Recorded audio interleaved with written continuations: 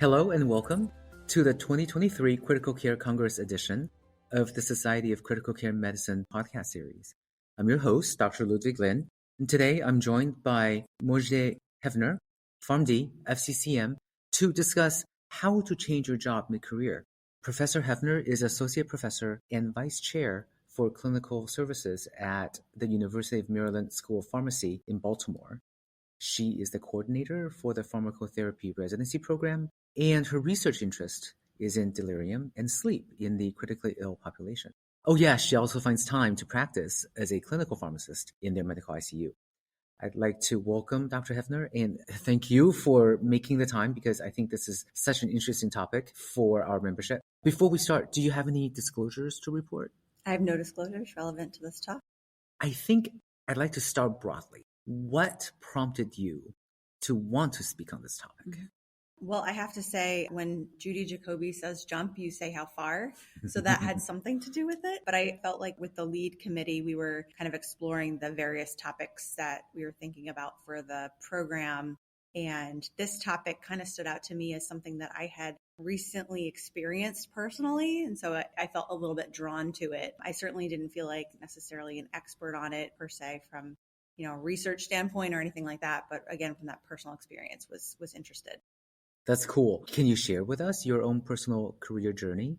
Sure. So I did my residencies at Yale New Haven Hospital, kind of organically fell into an ICU role there after completing residency and stayed there for a number of years in a clinical role in the medical ICU. And then as supervisor of clinical services, I took on a residency director role, the residency program in critical care there for a number of years and felt quite stable, honestly. I felt like my career was aligning exactly how I would have envisioned ideally.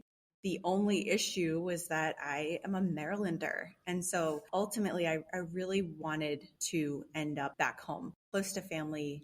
Family means a lot to me. And that was really like my primary driver for eventually making a job change. And so I had friends and colleagues who were teasing me from early on that, Mojdeh was considering a job change since 2009. And that's probably true because my eyes were always open for that next opportunity. But the ideal role really wasn't available to me until essentially mid-career when I felt like I actually was already very established in my career and so professionally as well as personally, and made the leap to leave that very stable job and trajectory and pull my husband along with me actually and move back to Maryland to take on my current role. That's pretty cool. I would like to ask you a couple of follow-up questions about this. So it sounds like you knew geographically where you wanted to wind up. It also sounded like you had been extremely successful professionally in New Haven already. So how did you plan or how did you visualize a job change? Or did it all sort of happen organically? Did it just suddenly happen? Did you seek things out? I just want to know more, basically.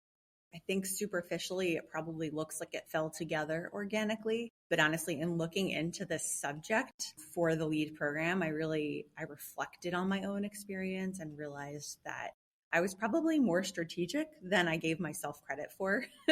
So I had actually, a lot of the things that I talked about at the lead program that I diversified my portfolio and made sure that I kind of had some experiences that would lend themselves to potential, job opportunities that maybe weren't necessarily this ideal role that I ended up in. So maybe some of that is a little bit of serendipity that opportunity became available, but I was working hard towards establishing that potential job change for a number of years and kind of, fairly aggressively networking and making sure that I had the connections to the various professional opportunities in Maryland when we were ready as a family, honestly, to make that change. So I think it was years in the making, actually, with a lot of careful thought behind it. And so even though it felt maybe at the time like, oh, things are just aligning, in reflecting back, I think a lot of the things that I did that I worked really hard to do actually helped me get there. I can totally see that. It sounds like this is analogous to something that people talk about in sports. There's no luck. People create that, right. So my next question for you is this. It sounds like your career transition was somewhat intentional in that you knew you wanted extra skills before you thought about it. Mm-hmm. When you were looking for your next opportunity and when you were gaining new skills, did you have a job or a job description in mind, or did you diversify with the hopes that something will stick? Yeah. So I guess this exploration phase of trying to figure out what is the ideal job that I would like to have. And when I defined that for myself, that was really ideally in academia, which I think to a lot of people in healthcare sounds like, okay, well, academic medical center, you were already there. But it wasn't an academic role from a pharmacy standpoint. So like I didn't have an official appointment at a school of pharmacy, but I really envisioned myself in that kind of role, educating the future of my profession. I really envisioned myself continuing to take care of medical ICU patients. You know, there were definitely other aspects that I would have ideally liked to have in terms of like the job flexibility that maybe I didn't actually have in my past role when I was at Yale New Haven, and maybe comes with some of that academic kind of flexibility too. And so I think that I set that vision, but I also kept a broad mindset in terms of there really aren't that many of those opportunities with that exact fit, all of those components that I'm looking for. And so I pursued all kinds of things. I explored, hey, do I want to pursue a medication safety role potentially? I went out of my way to become a high reliability organization trainer because I thought those jobs are growing in the pharmacy world. Maybe that's where I get my in to move back to Maryland. You know, maybe that's the position. I definitely pushed in terms of the academic role. So I made sure that I was attending conferences like SCCM and pharmacy organizational meetings and things like that I was publishing. And I moved into an administrative role. As I mentioned, so I became supervisor of clinical services. I mean, part of it, I don't know that was strategic and thinking that would be my stepping stone to the next job change in my ideal geographic location. But I thought that potentially having that added skill of leadership would potentially open some doors, as well as, of course, it was kind of the natural progression in my own career. And at the same time, I realized that by stepping into a more administrative role that I was almost discouraged from practicing as much as I was. And so I really was stepping away from my role in the MICU, and I needed to make sure that if my next job change was a clinical role, that I was actually going to go back into more of clinical practice, that I needed to actually maintain those skills. And so despite my mentors and my managers telling me, you don't have time for this, I made sure that I covered those clinical shifts in the MICU. I even covered the emergency department and our internal medicine pharmacist just to make sure like I had a little bit of those kind of skills too, and diversified my portfolio there. Good for you. I tried. Yes. No, I'm really impressed by that, because it sounds like what you were doing was you were maintaining your skills, and you were also at the same time refining your vision of what you wanted. Like you knew you wanted to continue in a clinical capacity, and you made sure that you retained that. So that's really great. Now that you've made this entire progression, and congrats on that, are you surprised by anything that happened? I think the thing that surprised me most was that I was very prepared, I think, in this vision of making the job change back to a clinical role, academia, really focused on scholarship and research and the grant funding and all the stuff that comes with that. I actually never thought that I would go back into administration. And so my next job change really, once I made the geographic move, was to step into my current administrative role as vice chair. I really actually never thought that would be something that I would be interested in. But I think it is so interesting that the past experiences that you have, you really never know how they're going to lend themselves as being stepping stones for your future steps.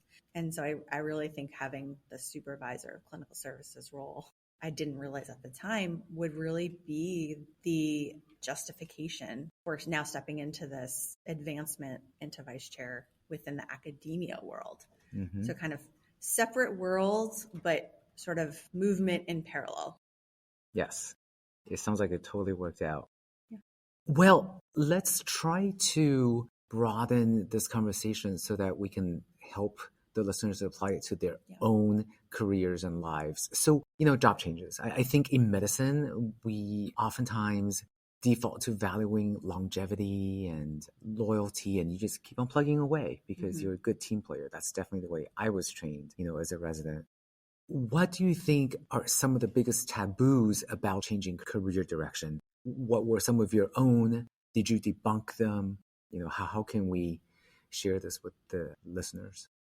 I've had a lot of really great conversations with colleagues from all over the world at this meeting, and there have been a lot of individuals that have had job changes in the last couple of years since we had our last in-person Congress. And I do notice that the conversation around that job change is sort of like almost apologetic. Like, yes, I moved into an industry role as an MSL.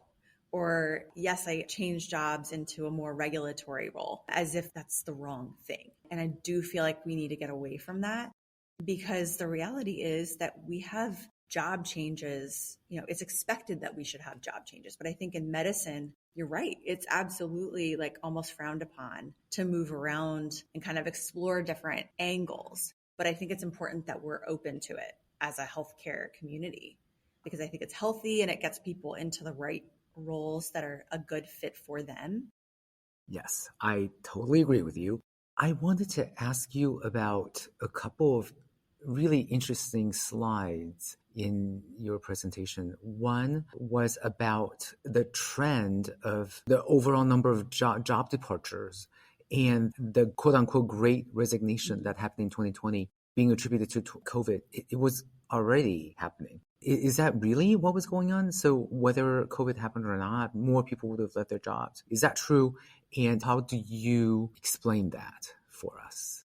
I am sure that there are data somewhere proving that it is true, that there was a great resignation, just like everything we're hearing in this conference. There's conflicting data all over the place. But I think it was very interesting to me to see some of the data from the Bureau of Labor Statistics, that there is essentially a linear trend over time with an expected number of people leaving their jobs per year, and that there was actually a drop-off in 2020.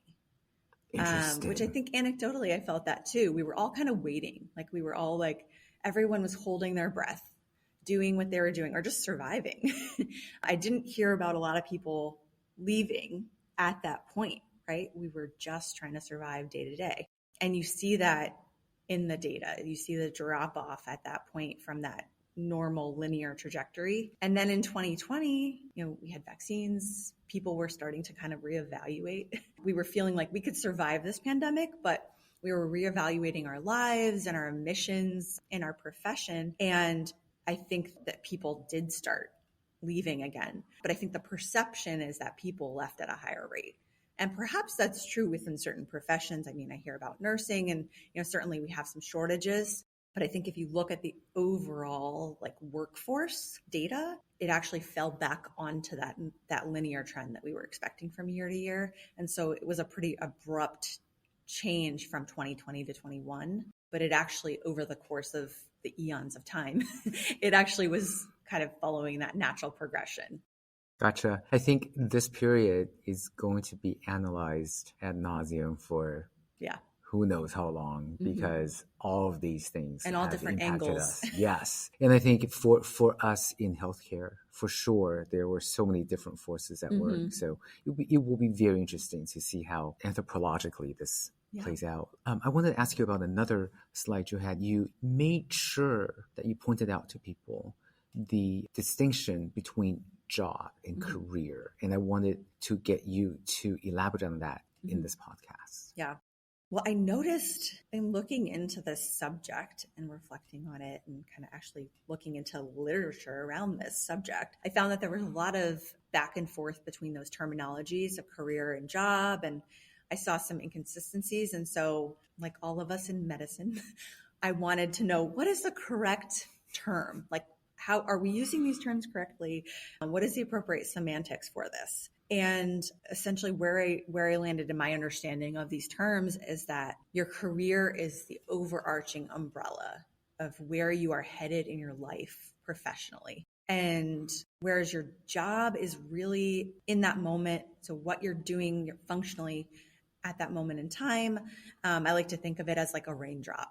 So every job that you have falls out of the sky. It's kind of how I felt with my current job. It may or may not overlap, to some degree with your overall career trajectory, may or may not hit your umbrella, but to some degree, it's going to impact the skills that you have, your perspectives overall for the length of your career, but to varying degrees. And so the analogy I used for the presentation was that I think my overall career is really being a pharmacist in some capacity. And so if I were to make a career change, that would be something like moving from being a pharmacist to being a rock star, which I certainly cannot be because I have a horrible voice, but despite all of my good intentions. But that would be a career change, a major change, probably would not contribute to my overall career trajectory as a pharmacist if I jumped into a role as a rock star. But changing jobs, so what I did was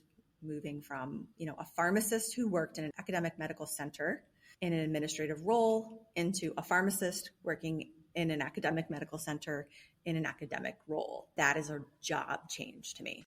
Yes. And thank you for that. And I feel like that's a really important thing for all of us to keep in mind. I mean, my own bias in interpreting what you're saying is that for me, for sure, the career is more worth evaluating than a particular job. Mm-hmm. Yeah.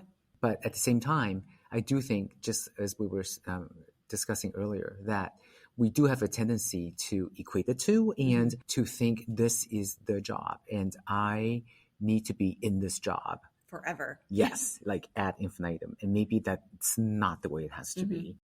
But I mean, I think we're all different. So, you need to define, not you, but one needs to define what one's goals are. Is it to get a really awesome job? Or is it to develop a very satisfying career arc? And maybe those two things are not similar. But what do you think? And where you are in your life, personally as well, and modifying, kind of adapting where you choose to spend your time as far as a job based on your personal life as well. I mean, for me, I knew that my husband and I had one child. We're hoping to grow our family. We're basically struggling to maintain a balanced personal life with no family near us. And so it was an important factor. And it was probably the most important factor in making that decision about the job change. Not a career change, but just a job change in that moment in time. Yeah. It was right for me, for my family, and, where it was at that moment. Yes. Yeah. And the career is really what matters over the long run. Yeah. And your work-life balance. This is such a great discussion. This is actually a really good segue into one of the other questions I wanted to ask you, which is for people who are thinking about perhaps changing jobs, no matter how much anxiety that produces. Is there a particularly good time in one's professional life to do that, and why? I feel like this question is like, what should your second presser be in sepsis? And that's a very nerdy answer. But I don't think that there's a right or wrong answer to that. I don't think we have enough information to be able to answer that question right now. I love it. And I think it's very patient specific, professional specific, what that ideal timing is. As I said, my colleagues were joking around with me that I was looking for a job since 2009, which is true, but I don't know that I was in the right place with everything else in order to actually make that job change. And for whatever reason, the stars aligned and it all worked out. But I think it's very individual specific and there's no clear algorithmic approach to it or no black and white, this is the ideal time. I will say that most people, the average age for a job change is actually age 39. Oh. So mid-career is when most people make their job change. However, if you look at the prevalence of job change over our age ranges, it tends to be on the younger side. That in our younger years, we tend to jump around a little bit more as we're exploring different opportunities, but still the average age actually is 39. So I don't know. I haven't myself looked into, all of the scientific reasons for that necessarily, but I think that is definitely that mid career time is definitely a time in our careers where we're reflecting on our trajectory, and it's kind of that fork in the road.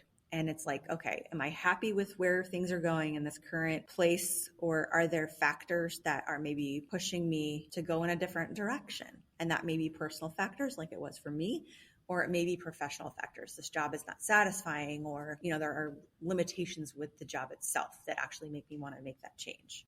Thank you. I think that is a really nice way to answer that question. And I totally see your point, which is that there is no formula. It's not cookie cutter. There's nothing to follow. Mm-hmm. And that's important for people to remember, really. What is your list of do's and don'ts when looking for a new job opportunity? Especially, what are the don'ts? So I would say the number one don't, to start with the negative, is quitting the wrong way. So I looked into some of the literature and what's been published on the science behind quitting, and it was really fascinating. And I will tell you, when I printed out those articles, my department chair was probably not very happy seeing me printing all of these job quitting, articles. I'm sure that got her brain running about where I was headed. But I think it's really important to be transparent and fairly honest with your employer. And hopefully people have a good enough relationship with their employer that they can have those conversations, which I think is a separate issue maybe if they don't. But it's very important to be honest about what went into your exploration phase and what are the reasons why you were maybe seeking this job change.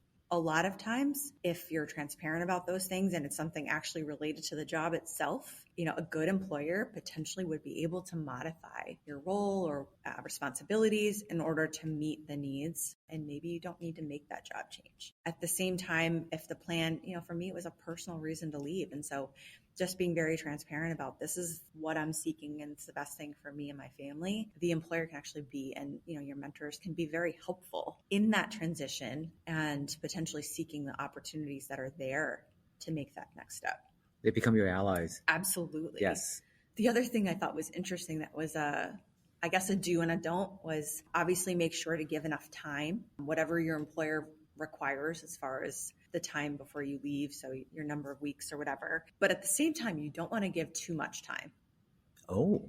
And I thought that was really interesting because I actually did give a lot of time, perhaps because I was so transparent about my goals for this. But there's a thought that if you give too much advance notice that you're planning to leave, that things start getting stagnant and the dynamic starts to change.